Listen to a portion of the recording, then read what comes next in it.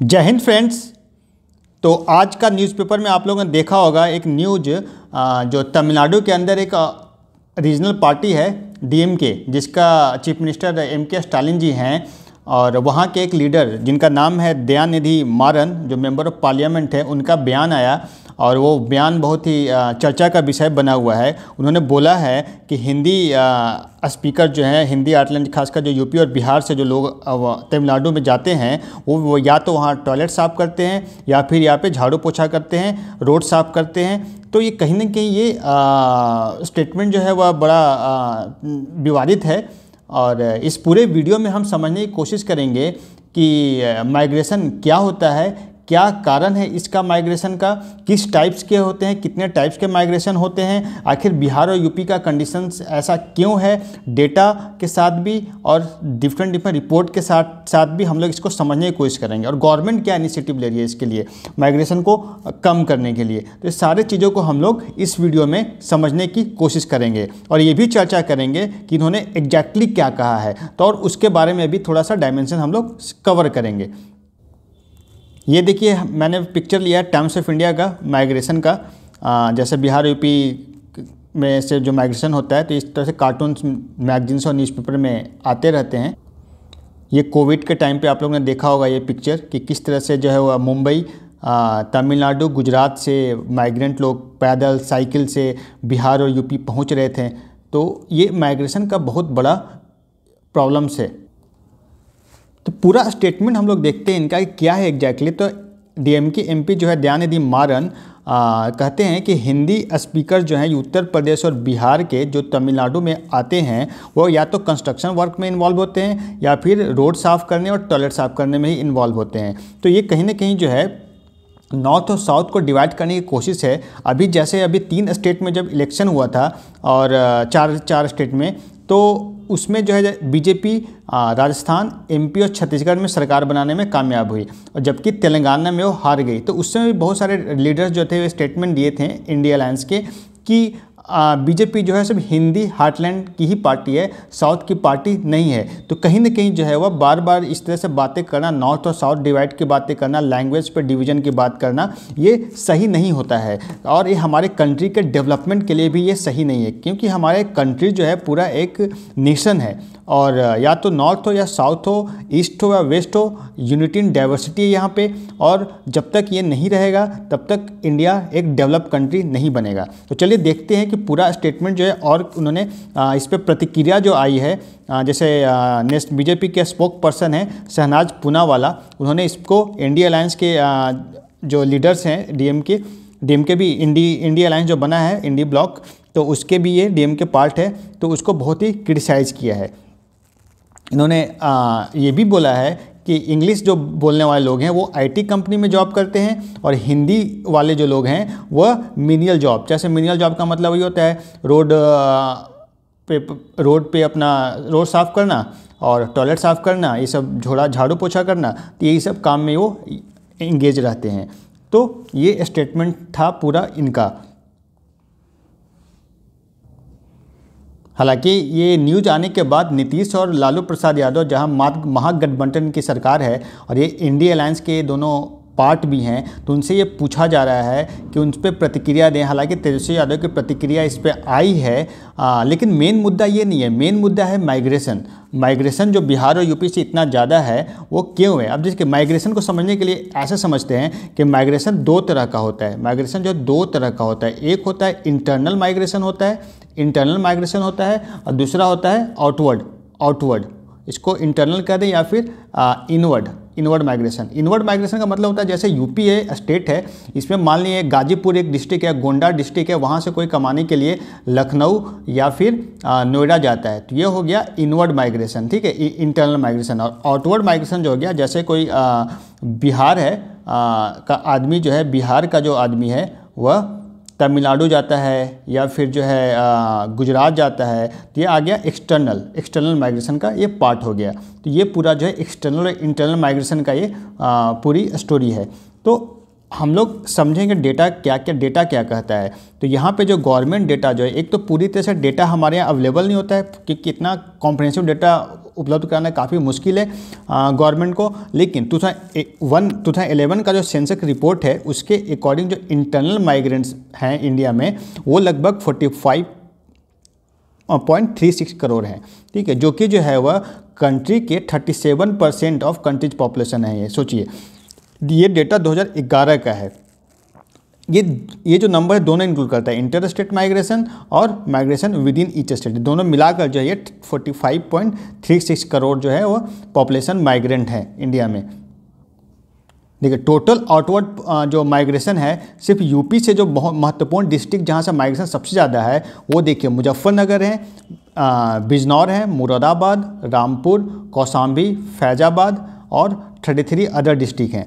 और जैसे कि उत्तराखंड से उत्तरकाशी सबसे ज़्यादा है, चमोली, रुद्रप्रयाग, टिहरी गढ़वाल, पौड़ी गढ़वाल, पिथौरागढ़, अल्मोड़ा, चंपावत, ये जो उत्तराखंड का डिस्ट्रिक्ट है यहाँ से सबसे ज़्यादा माइग्रेशन होते हैं। और राजस्थान की हम बात करें तो उसमें चूरू, झुंझुनू और पाली, इससे यहाँ सबसे ज़्यादा माइग्रेशन है। और फिर बिहार की बात आती है तो वहाँ पे दरभंगा, गोपालगंज, सिवान, सारण, शेखपुरा, भोजपुर, बक्सर, जहानाबाद, यहाँ से सबसे ज़्यादा माइग्रेशन होते हैं, ठीक है। और धनबाद, लोहरदगा और गुमला ये झारखंड के डिस्ट्रिक्ट है जहाँ से माइग्रेशन रेट बहुत ही ज़्यादा है। तो इसको हम लोग थोड़ा मैप में देखते हैं कि कहाँ कहाँ से माइग्रेशन होता है। देखिए, 17 डिस्ट्रिक्ट जो है वो 25% जो है इंडिया के टोटल माइग्रेशन को रिप्रेजेंट करते हैं। सिर्फ 17 डिस्ट्रिक्ट से ही जो है वो लगभग 25% जो है मेल आउट माइग्रेशन है। और जिसमें जो 10 डिस्ट्रिक्ट जो है वो यूपी से बिलोंग करते हैं और 6 डिस्ट्रिक्ट जो है वो बिहार से और 1 डिस्ट्रिक्ट जो है उड़ीसा से आते हैं। और जो मैंने डिस्ट्रिक्ट का नाम लिया वो सारे डिस्ट्रिक्ट इसमें इंक्लूड हैं। मैप में देखिए, यही डिस्ट्रिक्ट है, जैसे ये यूपी का मैप हो गया, यूपी का ये मैप है। यहाँ पे जो है वो आपका जैसे देवरिया है, गोरखपुर है, पूरा ये बस्ती है, गोंडा, सुल्तानपुर, ये पूरा जो है वो NSSO का डेटा है। तो यहाँ से ज़्यादा माइग्रेशन हो रहा है। ये नॉर्थ जो बिहार है वहाँ से ज़्यादा माइग्रेशन है, नॉर्थ बिहार, क्योंकि यहाँ पे बाढ़ होते हैं काफ़ी ज़्यादा और कोसी रिवर इधर से बहती है तो यहाँ पे बाढ़ का काफ़ी प्रॉब्लम है, इसलिए जो है माइग्रेशन का ये भी एक कारण है। और जैसे दरभंगा हो गया, सारण, जिसका मैंने आपको डिस्ट्रिक्ट का नाम लिया, मधुबनी, ये सारे जो नॉर्थ बिहार के डिस्ट्रिक्ट यहाँ से माइग्रेशन सबसे ज़्यादा है। तो ये NSSO का डेटा है। तो थोड़ा हम लोग समझने की कोशिश करेंगे क्या कंडीशन रहा है।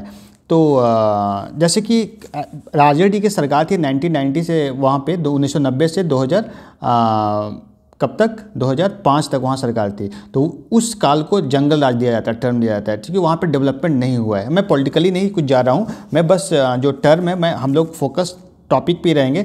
बस मैं ये समझाने की कोशिश कर रहा हूँ कि ऐसे ऐसे न्यूज़ में आता है। हालांकि डेवलपमेंट्स काफ़ी कम है, हालांकि उससे पहले भी बहुत अच्छी कंडीशन नहीं थी बिहार की। 90 से पहले भी जो गवर्नमेंट वहाँ रही है वहाँ पे जो है वह पॉपुलेशन ग्रोथ बहुत ज़्यादा रहा है, जबकि जो है वहाँ पे एजुकेशन और एम्प्लॉयमेंट उस रफ्तार से नहीं, उस रेशियो से नहीं बढ़ा है। तो कहीं ना कहीं इलिटरेसी बहुत ज़्यादा रही है वहाँ पे, और इसी कारण जो है वो पहले से ही वहाँ पे एक ट्रेंड बना हुआ है कि माइग्रेशन का ट्रेंड बना हुआ है। चाहे वो पढ़ाई के लिए जाएं, चाहे वो रोज़गार के लिए जाएं, तो कुछ ना कुछ के लिए वो उनको बाहर जाना ही पड़ता है। और मैक्सिमम लोग बाहर ही जाकर सेटलमेंट करते हैं और वो बिहार जनरली नहीं लौटते हैं।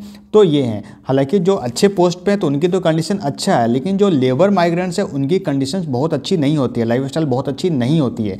तो ये एक बहुत ही चिंता की विषय है। देखिए, along with the populous state like Uttar Pradesh, Bihar had a surplus labour force, जो कि जो इंडस्ट्रियल डेवलपमेंट हो रहे हैं महाराष्ट्र और गुजरात और तमिलनाडु में, कर्नाटका में, तो वहाँ पे के लिए लेबर सप्लाई कहाँ से होता है? यहीं से होता है, उत्तर प्रदेश होता है, बिहार से होता है, क्योंकि वहाँ पे सरप्लस लेबर है।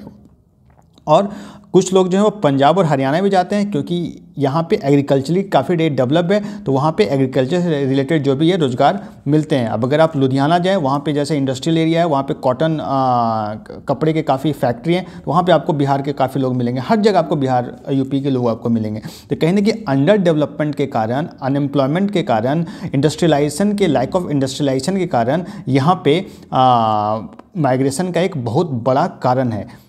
और जब तक इसका डेवलपमेंट नहीं होगा, सरकार अगर नहीं सोचेगी इसके बारे में, तो यहाँ ये सब चैलेंज रहेगा ही रहेगा। हालांकि जैसे मैंने आपको यहाँ बोला कि जंगल राज आरजेडी की सरकार में, ऐसा नहीं है। 2005 में अगर एनडीए की सरकार आई है जिसमें जेडीयू नीतीश कुमार सीएम बने, किसके सपोर्ट से? बीजेपी के सपोर्ट से बने, जो इंडिया अलायंस बना। तो उस समय भी 2005 में भी जो है वह बिहार का अनएम्प्लॉयमेंट रेट सबसे हाईएस्ट था, और अभी भी जो है सबसे हाईएस्ट अनएम्प्लॉयमेंट रेट वही यहीं का है। तो एज़ पर नीति आयोग का डेटा से हम माने तो कहीं ना कहीं अभी भी बैकवर्डनेस है। वो नीतीश कुमार वो डेवलपमेंट नहीं कर पाए और माइग्रेशन को वो भी रोक नहीं पाए, और कहीं ना कहीं एक लोगों का माइंडसेट भी बन चुका है अब कि अब माइग्रेशन जाना ही है, पढ़ाई के लिए जाना है, क्योंकि अगर डेवलपमेंट नहीं होगा तो अंत में क्या होगा? लोगों को माइग्रेट करना ही पड़ेगा, कोई ऑप्शन नहीं। हालांकि कोई चाहता नहीं है माइग्रेट करना, लेकिन आपको due to the forceful because of lack of education, lack of good job और हेल्थ फैसिलिटी, उसके लिए आपको माइग्रेट करना ही होता है, और लोग करते हैं अच्छे लाइफ के लिए। अब हम लोग देखते हैं कि गवर्नमेंट क्या क्या स्टेप ले रही है माइग्रेशन से रिलेटेड, माइग्रेट लोगों के लिए, वेलफेयर के लिए। जैसे मैं अभी code of on social security उन्होंने बनाया है, जो कि code provide certain benefits for inter state migrant workers, जैसे कि इंश्योरेंस फैसिलिटी मिलेगा, इसके अंदर प्रोविडेंट फंड मिलेगा, तो ये फैसिलिटी दिया जाएगा इस स्कीम के तहत। दूसरा स्कीम जो उन्होंने बनाया, one nation one ration card. अब जैसे में कोई भी आदमी जो है उसका बिहार में राशन कार्ड है, अगर वो महाराष्ट्र में रह रहा है तो वहाँ भी वो पीडीएस का फैसिलिटी अवेल कर सकता है। नीति आयोग ने अभी national policy on migrant worker, उस पर ये पॉलिसी एक ड्राफ्ट किया है। ये भी एक अच्छा स्टेप है। रिमोट वोटिंग, इसके अंदर क्या होता है कि election commission plans to pilot a multi constituency remote electronic voting machine, जिसमें क्या होता है कि वह participation of domestic migrant from their remote location for voting for their home constituency. इसमें क्या होता है रिमोट वोटिंग में कि वो माइग्रेंट लेबर्स भी अपने बिहार, अगर वहाँ का वोटर आईडी है तो वहाँ पे अपने जहाँ रह रहा है वहीं से वो वोटिंग कर सकता है। तो इस टाइप की फैसिलिटी है। अब देखिए रिलीफ मेजर्स जो लिया गया था कोविड-19 के समय भी, कि ई श्रम पोर्टल बनाया गया था, क्योंकि इससे जो है एक डेटाबेस बन पाएगा माइग्रेंट वर्कर्स का। फिर जो है वह फूड डिस्ट्रीब्यूशन किया गया था प्रधानमंत्री गरीब कल्याण अन्न योजना के तहत, जिसकी अभी भी चल रहा है। ये 5 kg फ्री अनाज मिलता है, इसको 5 years के लिए एक्सटेंड भी कर दिया है प्रधानमंत्री जी ने। अफोर्डेबल रेंटल हाउसिंग कॉम्प्लेक्सेस बनाए जा रहे हैं, कि कम दाम पे जो है वह हाउसेज अवेलेबल हो सके रेंट पे। गरीब कल्याण रोजगार अभियान उस समय शुरू किया गया था, जो भी माइग्रेंट रिटर्न हो रहे थे कोविड के दौरान। तो इसमें से बहुत सारे प्रोग्राम अभी भी चल रहे हैं, जैसे मैंने बताया ई श्रम पोर्टल, प्रधानमंत्री गरीब Kalyan Yojana, affordable rental housing complexes. तो ये सारी चीज़ें, one nation one ration card, ये सब इंपॉर्टेंट स्कीम्स हैं जो कि गवर्नमेंट जो है अभी भी चला रही है माइग्रेंट वर्कर्स को फैसिलिटेट करने के लिए। लेकिन अल्टीमेट डेवलपमेंट तभी हो पाएगा जब अपना जगह पे डेवलपमेंट होगा, अपना स्टेट डेवलप करेगा। बिहार यूपी जो है डेवलपमेंट करेगा, इंडस्ट्रियलाइजेशन वहाँ पे होगा, इंडस्ट्रीज आएगी, इन्वेस्टमेंट आएगा, फॉरेन डायरेक्ट इन्वेस्टमेंट आएगा, वहाँ पे बड़े बड़े कारखाने लगेंगे, तभी जो है वहाँ पे ये सारी चीज़ें का प्रॉब्लम्स ख़त्म होगा। और जय हिंद फ्रेंड्स। और हम लोग जो तमिलनाडु के अंदर एक रीजनल पार्टी है जिसका नाम है डीएमके, ओनली वे की वहाँ पे डेवलपमेंट है। वहाँ के लीडर इस वीडियो में इतना ही समझ आता है। नया में हम लोग मारन मिलेंगे, उन्होंने एक बयान